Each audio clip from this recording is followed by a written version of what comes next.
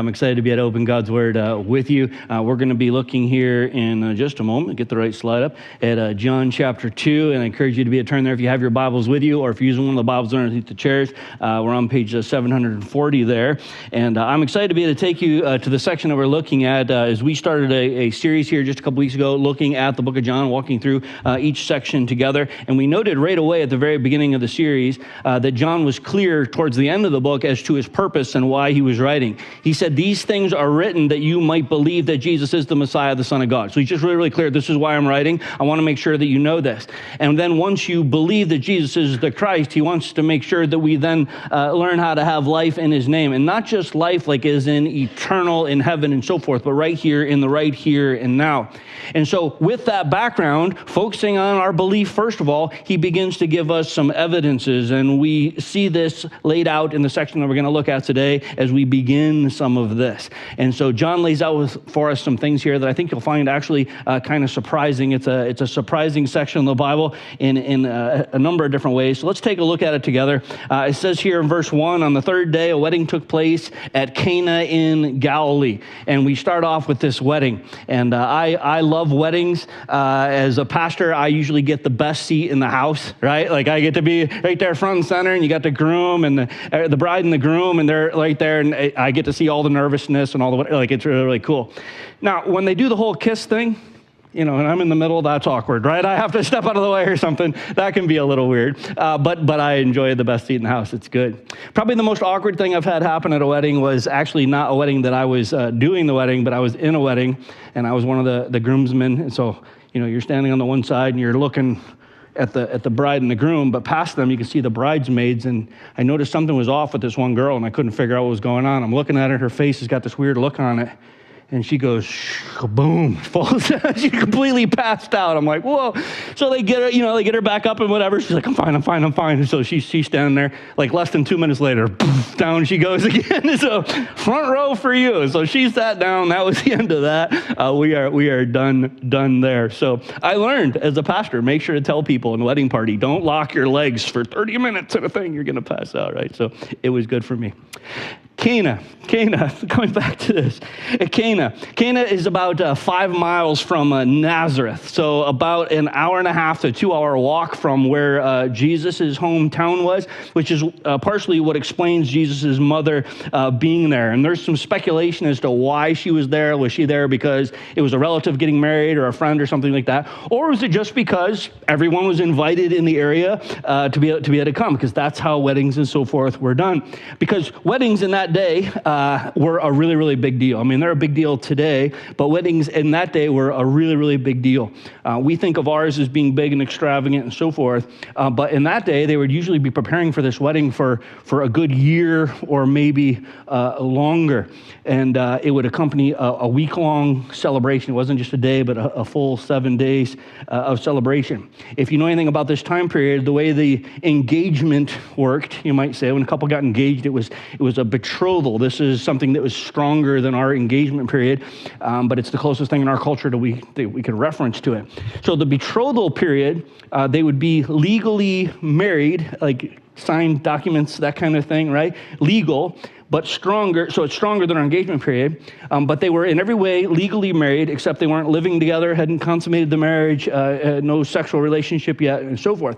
But during that betrothal period, the husband would be working towards the wedding day, not only planning for the celebration, making sure finances and all the different things were in place, but he'd also be working on housing. Oftentimes that'd be in addition to his dad's house, something like that, to be able to provide. So that year was full of a lot of things. But the planning for the wedding actually went well beyond that year. Any family that would have a son would know that there was this expense coming, right? They've got a warning that they're going to be providing for a big celebration with a whole bunch of people. That's not just, an hour or two, but a full 7 days. That's a big party. So they'd be working finances, cattle, land, etc., to make sure they had enough money and resources on hand for when their son got married. So they could afford to host such a huge multi-day party. Like, it was a big deal. And if you look at these towns, Nazareth and Cana, historians tell us that those towns were only about 200 to 400 people each at this town. So you might think you come from a small town. These are really, really small towns. And typically the way these celebrations would work, because people had other responsibilities and so forth, so they'd come in for a day or two and then go back home and so forth. So it wasn't like everybody was there at the same time, but a good number of people coming in and out. So probably around 200 or so people there on a daily basis. So it's a lot of food, right, to be able to provide and so forth.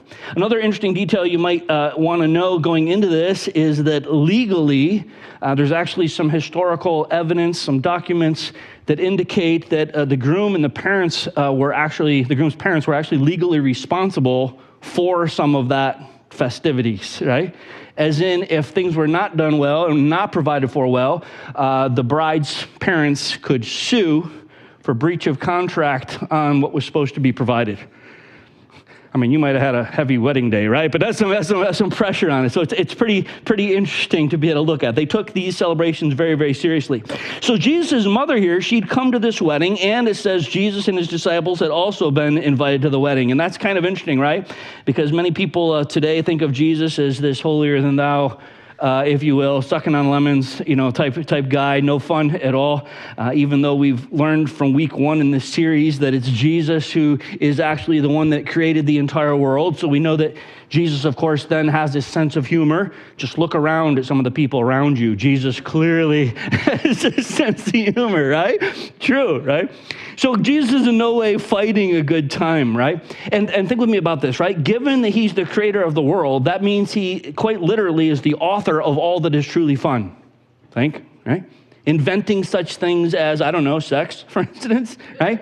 Like Satan likes to lay claim to it and distort it, but Jesus is the one who came up with the idea. So Jesus isn't a party pooper here, and we discover that playing out in what happens next. It says, when the wine was gone, Jesus' mother said to him, they have no more wine. And oh man, this is a great verse, right? Like my Catholic friends love this verse, right? We've got Mary and wine. I mean, what is not to be able to love about this verse, right? It's perfect. But before we get too far into that, I just want you to notice 5 things here real quick, getting away from the Mary thing a little bit, right? I want you to notice something here. First of all, what we're talking about is a big shame problem type situation. These weddings, as we said, were big deals. And so if they were running out of wine or about to run out of wine, that would be just a huge disgrace on that groom and on his parents. Remember, they've been planning on this for forever, and they failed at that now, right? So big shame, not to mention the poor bride inside of all this. Like, this is bad. It's not a good deal. Like, probably the only thing bigger than this issue for us church people is the alcohol conversation, which nobody wants to have, the alcohol conversation, right? It divides people, it divides churches and so forth. But let's look at this real briefly. We don't have time to go into everything the Bible has to say about this, but I think it's important to recognize that when we're talking about the wine that's here, we're talking about we're talking more about wine coolers as far as alcohol content than we are whiskey. In John's day, John, as he's writing this gospel, the alcohol by volume percent there in Jesus' day and in John's day was pretty low compared to what many are drinking today. And it's interesting looking at some of this and doing a little bit of Googling on this. Like, this is not my area of expertise, right? But Googling on this a little bit, these are supposedly what are the more popular drinks that people are drinking and so forth. And you'll notice it's basically twice or more the content of what was being drunk in Jesus' day here. And looking through the list of things and so forth, I was surprised to see that mimosas were not in that most popular thing. Because it seemed for a while there, I was hearing mimosas like all the time, and it was being added to like every menu and so forth. So that was just interesting to me. And again, you'll notice how much higher that is than in Jesus' day. I also learned reading through this that this 40 to 50% number, I learned that legally in most countries, including here in the United States, it can't even be called rum or whiskey unless it has at least 40% or higher. Like, I didn't know that. I didn't know that was a thing. So that legally it has to be that. It's pretty interesting. And then there's some really high things, of course. Cask strength. I assume that means casket. No, I'm just kidding. That's not It's not what that means, right? But here in our passage in John 2, what we're talking about is what amounts to a modern wine cooler type drink as far as alcohol content, right? It's not the whiskey. So that's important to be able to notice what it is that we're talking about here. I think it's also important for us to be able to recognize the cultural norm of that day, right? Like drinking straight wine was actually something that was culturally frowned upon, both in the Jewish culture, the Greek culture, the Roman culture. Like the people of that time frowned on drinking straight wine. It was usually diluted 3 parts water to 1 part wine. So it's quite watered down, right? 3 parts water, 1 part wine. Not diluting it was considered reckless, barbaric, considered something that only drunkards and that kind of thing would do. So that's interesting. The fourth thing here, though, for us this morning, I think it's important to state, and we're not going to go into too much detail on all this, but the Bible approaches drunkenness as a sin. It calls that straight out. It does not say drinking alcohol is a sin. It doesn't call that at all. Apostle Paul tells Timothy, take a little bit of wine for your stomach. Some of you might remember that passage, right? The medicinal purpose. He's not telling him to go get drunk. He's telling him to take a little bit of wine for your stomach. We might think today of like a NyQuil or something like that, right? There's a medicinal thing in NyQuil, and yes, it has some alcohol in it, but that's fine to be able to take. But it's interesting as we look at this drunkenness, alcohol, wine, all of that, to just be able to think for a minute about what God has created and what God says is good, and then what Satan does with things, right? Because Satan always repackages any good gift from God. Satan always repackages good gifts from God. Even food, right? You have gluttony on one side, bulimia on the other. Food itself isn't bad. It's a gift from God, but it can certainly become a sin for us, and the same thing is true of alcohol. Proverbs chapter 20 tells us this: wine is a mocker. Like it laughs at us, often getting us into trouble, and beer a brawler. Think about this. How many fights have spilled out when people are drinking Pepsi or Mountain Dew, right? It's not a thing. It's not a thing. It doesn't happen, right? But it happens with beer quite a bit. Therefore, we need to think about what we're doing. As whoever is led astray by them is not wise, right? It's a good phrase. Led astray by, right? That's right. Like I've visited my share of people in prison who've gotten their most recent DWI, and none of them planned to be there that day. That was not their plan. That's not what they set out to do. It led them astray. True that. Can we drink? Yes. Does the Bible prohibit all alcohol consumption? No. But it does warn us of abusing it and of it abusing us, right? So enough on all of that, but there is one more question that I'm sure you're asking, and that is, what about you? Right, Pastor Mark, do you drink? No, I do not drink. Why? Well, first of all, if you know how much coffee I drink, you know that no one should let me near alcohol. It's just going to not be a good equation at all. It's not going to go well, right? But there's also Proverbs chapter 31, where King Lemuel's mama is giving him some life lessons, and this is the famous Proverbs 31 woman is what we tend to think about Proverbs 31. It's King Lemuel's mama giving him some advice about women. If you're not familiar with that chapter of the Bible, you need to read that. But before King Lemuel's mama gets to the woman part, she has some things to be able to say, and that includes on alcohol. She says this: it is not for kings, Lemuel. It is not for kings to drink wine, not for rulers to crave beer. Why not? Well, think about the role that a king has. Think about the role that a president has, right? So she goes on, lest they drink, don't do this, because if they drink and forget what it has been decreed, they'll deprive all the oppressed of their rights. Like the king, the president won't be able to be on it and on top of things because they've been compromised by alcohol. That kind of makes sense, right? That kind of thought is what she's saying. If you're the king, the one in charge, you don't want to be compromised at any point in the day because you don't know what is going to come up. And I'm no king by any stretch of the imagination, but I get phone calls all the time at any time of the day. Like I get them all the time where it's an emergency counseling situation or some kind of emergency thing that's going to take me to the hospital or something like that. Like at what point in my day can I afford to start drinking and be compromised? Like I need to be ready to be on to the best of my abilities. I stand before God for the counsel I'm going to give and all those things. Like I have to be on and be ready for that. There's no place that I can do that I could see. So I think that's important. So I don't drink, and that's why. But it's important to be able to point out here, there is no absolute prohibition against drinking in the Bible. But we should also not deceive ourselves if we know our own tendencies and so forth. And we shouldn't deceive ourselves into making blanket statements about wine in the Bible as if references to wine in the Bible are the same as our whiskeys today or whatever. No, completely different. So I get it. Some of us here might be consumed with the alcohol question. See what I did there? Some of us might be consumed with just that thought. But what is consuming Mary in this scenario here, what's concerning Mary, the mother of Jesus, was the complete disgrace and shame that would be brought on the groom and his family if this wine situation wasn't taken care of. So she brings this to Jesus. Jesus responds, "Woman, why do you involve me?" Jesus replied, "My hour has not come." And I recognize this sounds kind of harsh, right? In our way of talking today, that would just not go over well, right? Well, listen, woman, it's not gonna work. It's not good. But this word that Jesus is using is not that word at all. Actually, if you remember the scenario when Jesus is on the cross, and he provides for his mom in his absence. You remember that on the cross? Here's the scenario. It says, near the cross of Jesus stood his mother. And when Jesus saw his mother there and the disciple, he said to her, "Woman, here is your son." And to the disciple, "Here is your mother." From that time on, this disciple took her into his home. The Greek word that is here is Jesus not being harsh at all. He's being polite. It's a positive reference. We might say like ma'am or something like that today, right? It's a positive reference. There's no negative disrespect in the term at all. But, and this is important to notice, this word is not a familial word. As in, Jesus here isn't speaking to his mom as his mom here.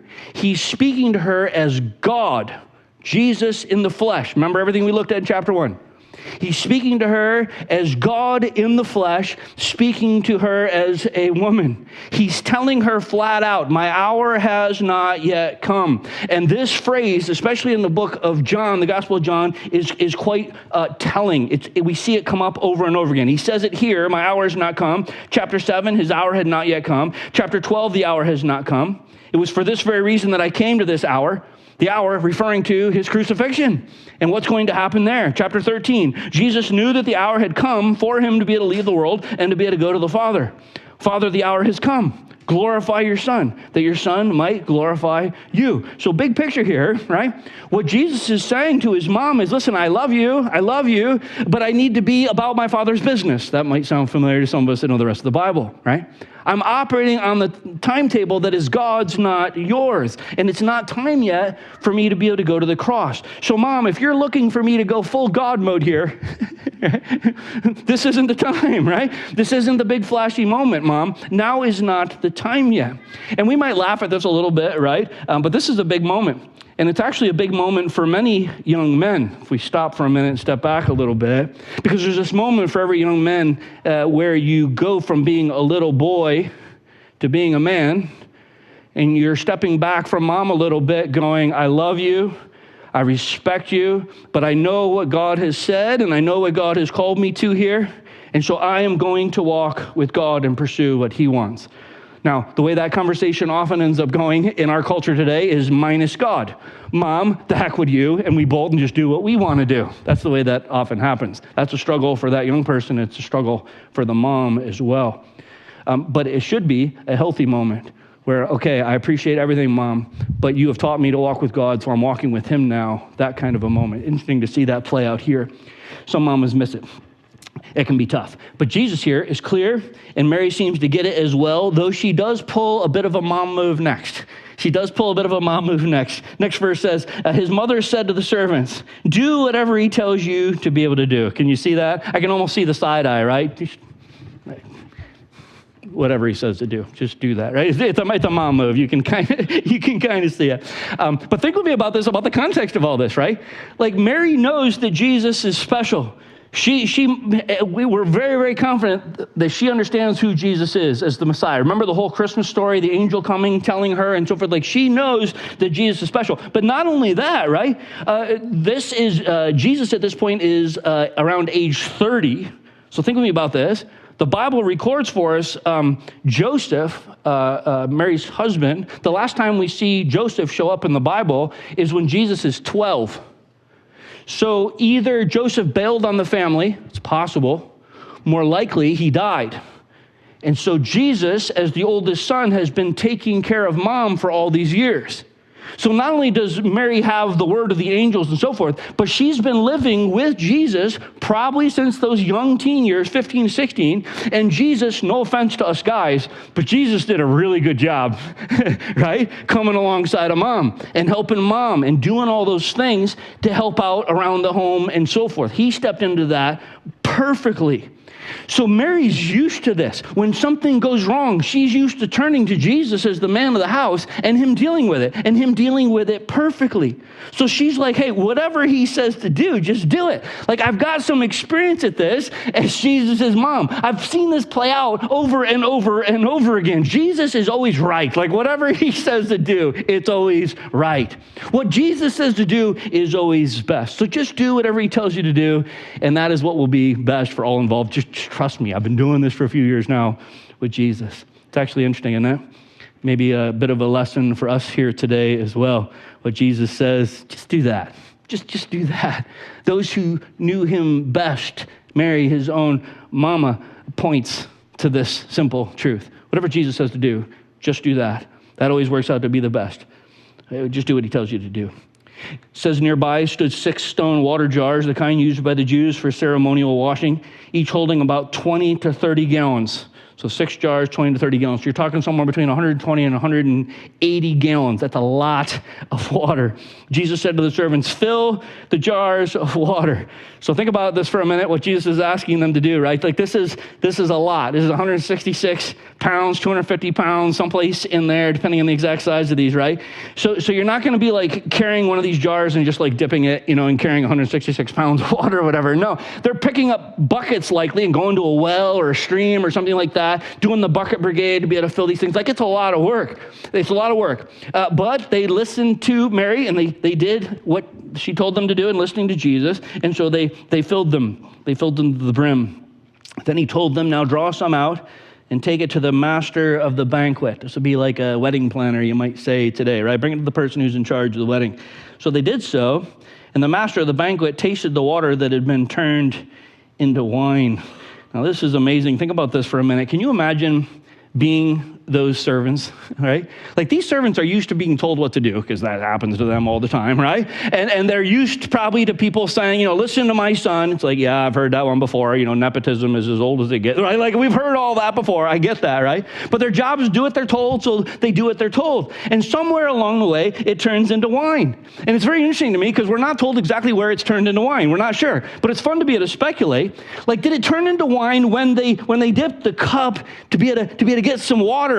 As they pulled it up, did it turn to wine right there? Right? Did it turn right there? Maybe. We're not told, right? Maybe as they're bringing it, so they're carrying it to the master of the banquet, and as they're walking, they're like, what in the world? And it changed. Did it happen there? Did it happen as they physically went to the act? Like, they told me to bring water. This is so stupid. And as they hand it to them, it changes.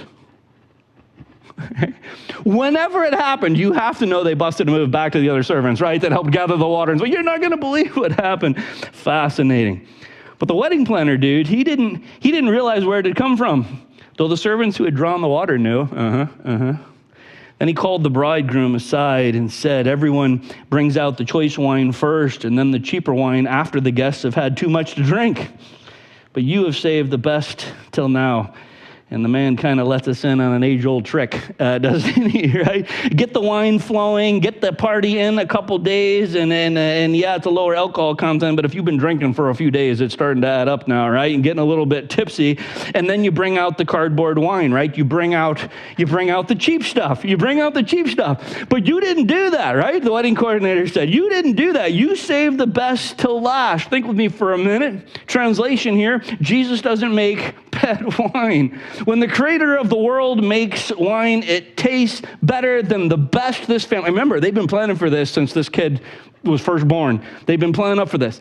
So they'd been serving the good stuff, the best they could afford. All that stuff was already gone. And now what Jesus makes, it tastes way, way better than that. So much that the guy running the wedding goes, you saved the best to last. That's amazing to be able to think about.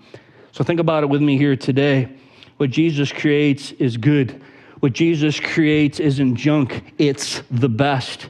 And that's amazing to think about when we consider such modern issues as those wrestling with trends or anorexic views of their bodies. Jesus says, no, I created you just the way that you are. You are not a mistake. You are as I intended.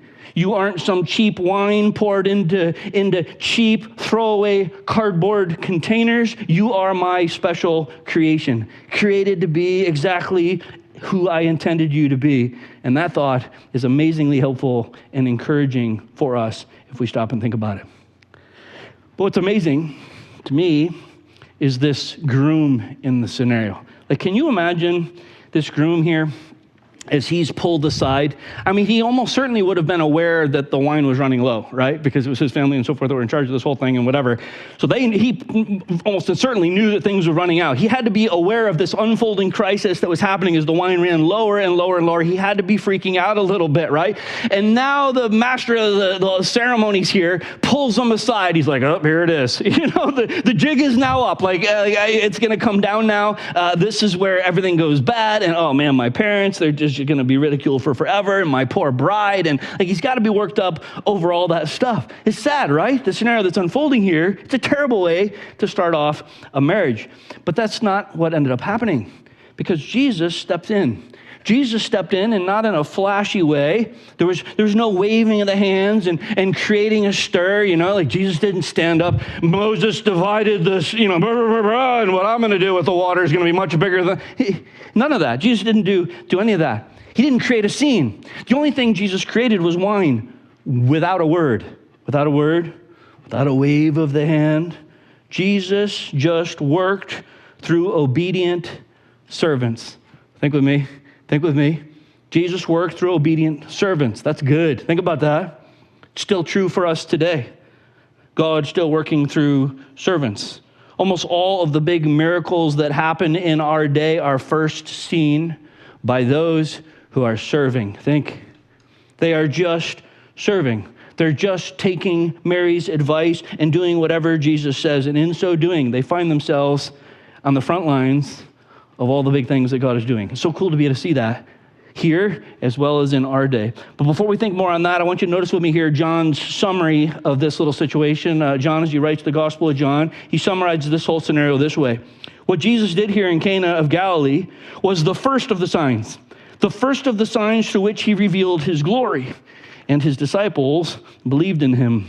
After this, Jesus went down to Capernaum with his mother and brothers and his disciples, and they stayed there for a few days. There's a lot here. It's a huge conclusion that John gives. I want you to notice for me what John points out to us. First of all, he points out that this was the first of the signs, the miracles that Jesus did, to which he was revealing who he was, that he really is God. Remember, that's part of the purpose of why John is writing what he is, right? That we might believe that he is the Christ.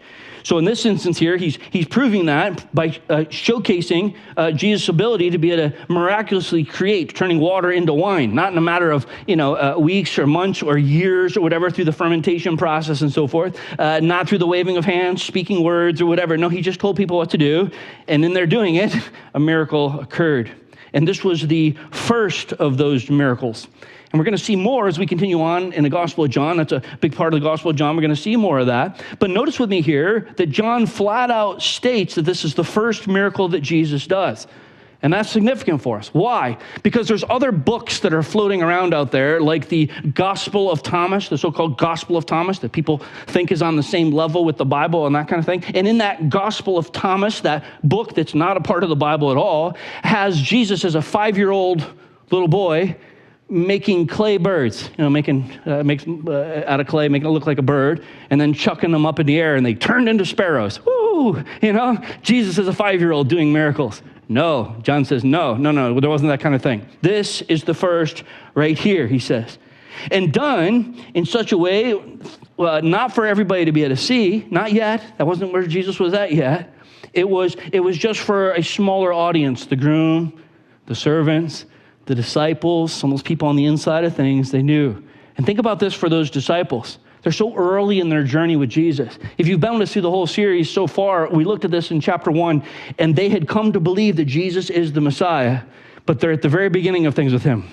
And now they see this, right? Now they see this. So helpful in the growing of their faith. It's all pretty awesome. But stopping and thinking about all this for us today and trying to bring it into 2026 a little bit, what are some of the lessons here for us as we look at some of this?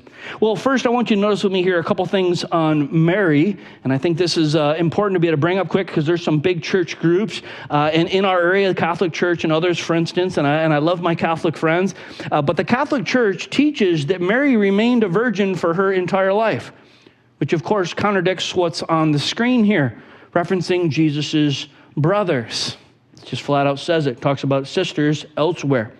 The Catholic Church also likes to point out this section of the Bible to state that we should pray to Mary.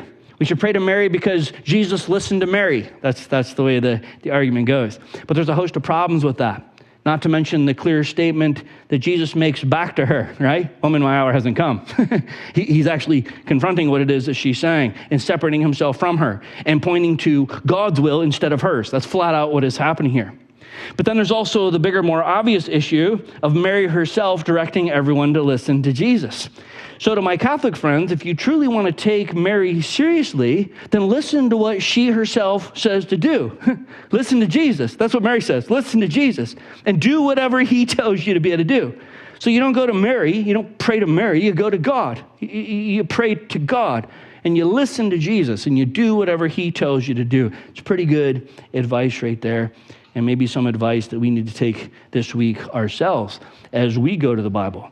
Maybe as we go to the Bible this week, we shouldn't be going to the Bible just to look for feels, because that's oftentimes what we do. You go to the Bible looking for some kind of warm, fuzzy, whatever. Instead of looking to the Bible for feels, maybe we should look at the Bible and go, what is he telling me to do? What is it that God wants me to do in response to what it is that he's written for us here? What does he want me to do?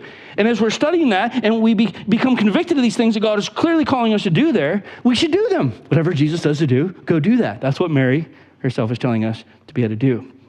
But I know some of us, as we look at all this, we're just fixated on the wine part. I get it. Okay, I get it, right? But it should really amaze us here that Jesus chose his first miracle to be servant, obedient, based. Think about that. Jesus could have made a commotion, could have made this a whole big deal, could have done the Moses, stand up in the middle, he could have done all that. Instead, he chose to be able to work through servants. And it should amaze us that Jesus' first miracle was done, yes, to be able to help the disciples' belief. That is completely true in the big picture context of the book of John. But it's also true that the occasion of the miracle was a simple case of shame and embarrassment. Think about it. That was the occasion for this. There's nothing earth-shattering that's happening here. There's not a global war about to break out and Jesus steps in or something. No, this is just a dude and his family embarrassed at their wedding, right? Maybe a lawsuit. Certainly rather pedestrian as far as problems go, right? But into those ordinary circumstances, Jesus chose to step. Jesus chose to help. And Jesus chose to do so in such a way as to not embarrass the groom or his family. Not at all. He simply does the miracle on the down low, and then he steps back. Only the servants and so forth even see it. It's fascinating. Jesus, the helper of the ordinary in the ordinary, is what we see here in the first miracle. Sometimes, as we're going through life, we feel when we go to prayer that we can't really think of anything big and bad going on in our own life. So, I don't really know what to pray about. I have things going on in my own life, but they're big to me, but it's not like the war in Ukraine or something. So I don't know what I can pray about and whatever. No. We can pray about those things. We can pray about the bigs. We can pray about the smalls. We can pray about all of those things. And this is the very first miracle that we see Jesus performing, was in a pedestrian, normal, everyday thing. Was this big in the global scale of things? No, but it was big to them. And Mary came, Jesus, let's listen to Jesus and do what he tells us to be able to do. So in light of all that, I want to encourage you this week, 3 things. 1, pray. And then on everything that's going on in your life. The things you perceive as big, the things you perceive as small. In the small is Jesus showing up and acting here in this scenario. And then do whatever Jesus tells you to do. Actually, we were talking about Mary here just a moment ago. Do you know what the very last words of Mary are in the Bible? The last words that Mary speaks in the entire Bible. Do you know what they are? It's this passage right here. Listen to Jesus. Do what he tells you to do. Those are the last words of Mary recorded in the Bible.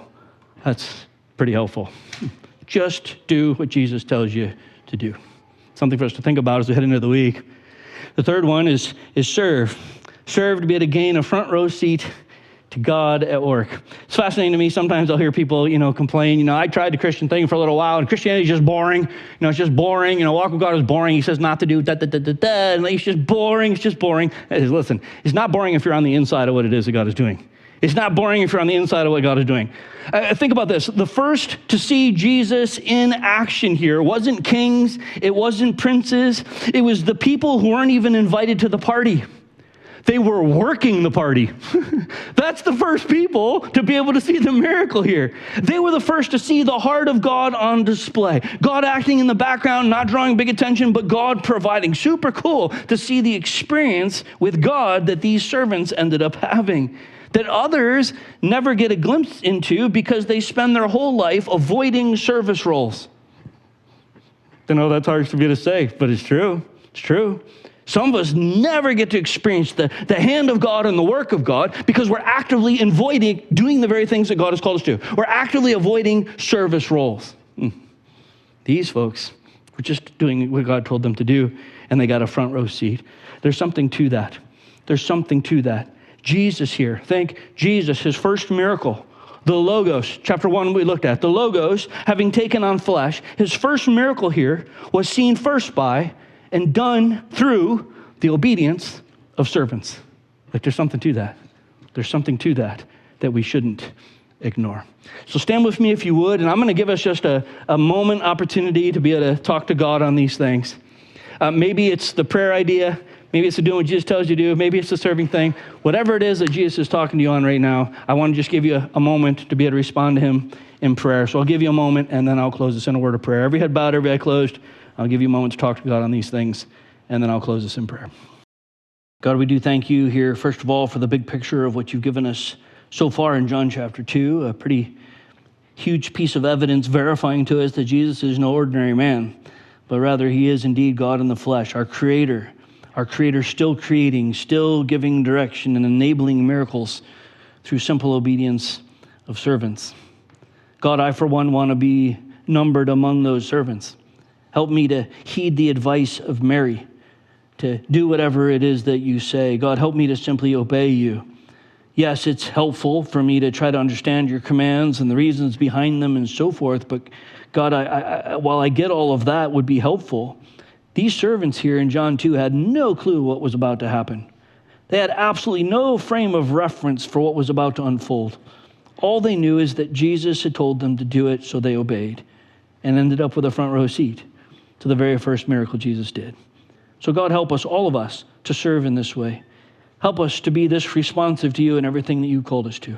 In Jesus' name and for Jesus' glory in these days, I pray these things. Amen.